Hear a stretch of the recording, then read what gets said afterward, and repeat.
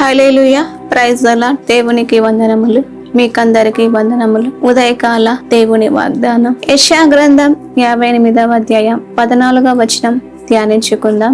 దేశము యొక్క ఉన్నత స్థలముల మీద నేను ఎక్కించేదను. వాక్యంలో చూస్తూ ఉన్నాం, దేశము యొక్క ఉన్నత స్థలముల మీద మనలను ఎక్కించే దేవుడు మన ప్రభువై ఉన్నాడు. మనము దేవుని మాట విని, దేవుని ఆజ్ఞల ప్రకారంగా, కట్టడల ప్రకారంగా, విధుల ప్రకారంగా మనము జీవించినప్పుడు మనల్ని ఆశీర్వదించే దేవుడై ఉన్నాడు. దావీదును చూస్తూ ఉన్నాము.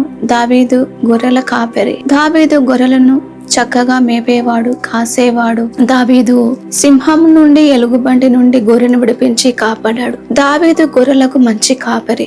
దావీదు గొర్రెల కొరకు ప్రాణం పెట్టు కాపరిగా ఉన్నాడు. దావీదు గొర్రెలకు మంచి కాపరి, పోషించేవాడు, నడిపించేవాడు, ఆహారం పెట్టేవాడు దావీదు. దావీదు నమ్మకాన్ని బట్టి దేవుడు గొర్రెలు కాస్తున్న కాపరిని దేవుడు రాజుగా, చక్రవర్తిగా ఆశీర్వదించాడు. మనం చేసే పనిలో నమ్మకముగా, యథార్థముగా ఉండి దేవుని మీద మనము నమ్మకముగా ఉన్నప్పుడు దావీదును రాజుగా చేశాడు, చక్రవర్తిగా చేశాడు, ఆశీర్వదించాడు, గొప్ప చేశాడు. మనం చేసే పనిలో నమ్మకముగా ఉన్నప్పుడు దేవుడు మనల్ని గొప్పగా చేసి ఆశీర్వదిస్తాడు. ఉన్నత స్థలముల మీద మనలను గొప్పగా చేస్తాడు. మనకు సమృద్ధిగా ఆహారాన్ని ఇస్తాడు, పోషిస్తాడు, నడిపిస్తాడు, కాపాడుతాడు. మనకు ఏ కొదువయు లేకుండా మనలను నడిపించే దేవుడై ఉన్నాడు, ఆశీర్వదించే దేవుడై ఉన్నాడు. దేవుడి వాగ్దానం నెరవేర్చును కాక.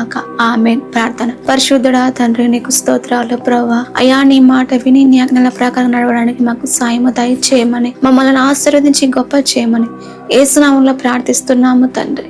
ఆమేన్.